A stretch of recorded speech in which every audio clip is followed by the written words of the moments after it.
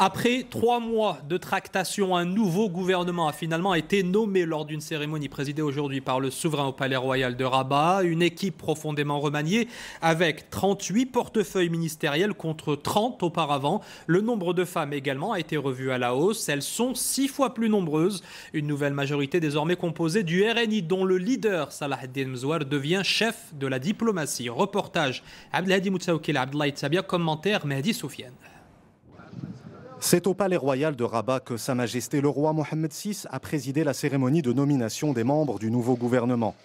Le Rassemblement national des indépendants fait son entrée au sein de l'équipe gouvernementale. Le RNI est représenté par 8 ministres. Salah Eddine Mzouar, qui est à la tête du parti, est nommé ministre des Affaires étrangères et de la coopération et remplace ainsi Saad Eddine Othmani qui quitte le gouvernement.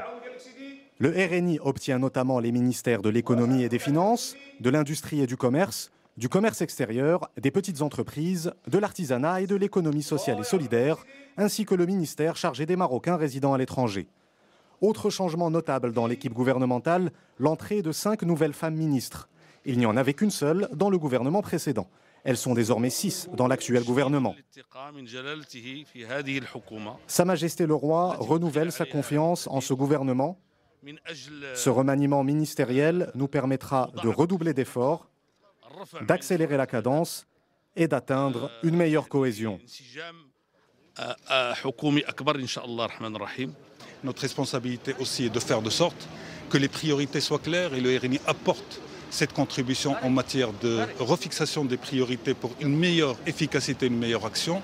Notre responsabilité est d'apporter des réponses concrètes, des réponses efficaces aux attentes des citoyens.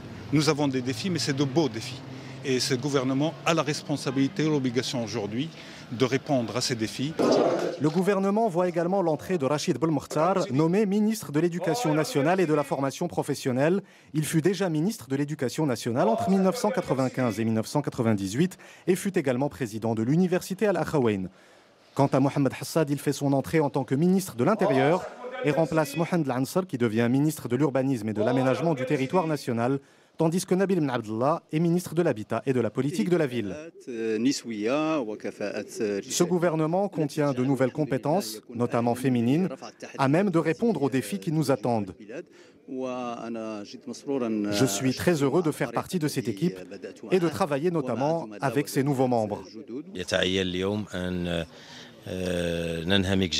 Aujourd'hui, nous devons travailler avec acharnement pour répondre aux nouveaux défis et réaliser les grands chantiers en conformité avec les directives royales pour que notre pays continue à avancer et pour répondre aux attentes des citoyens.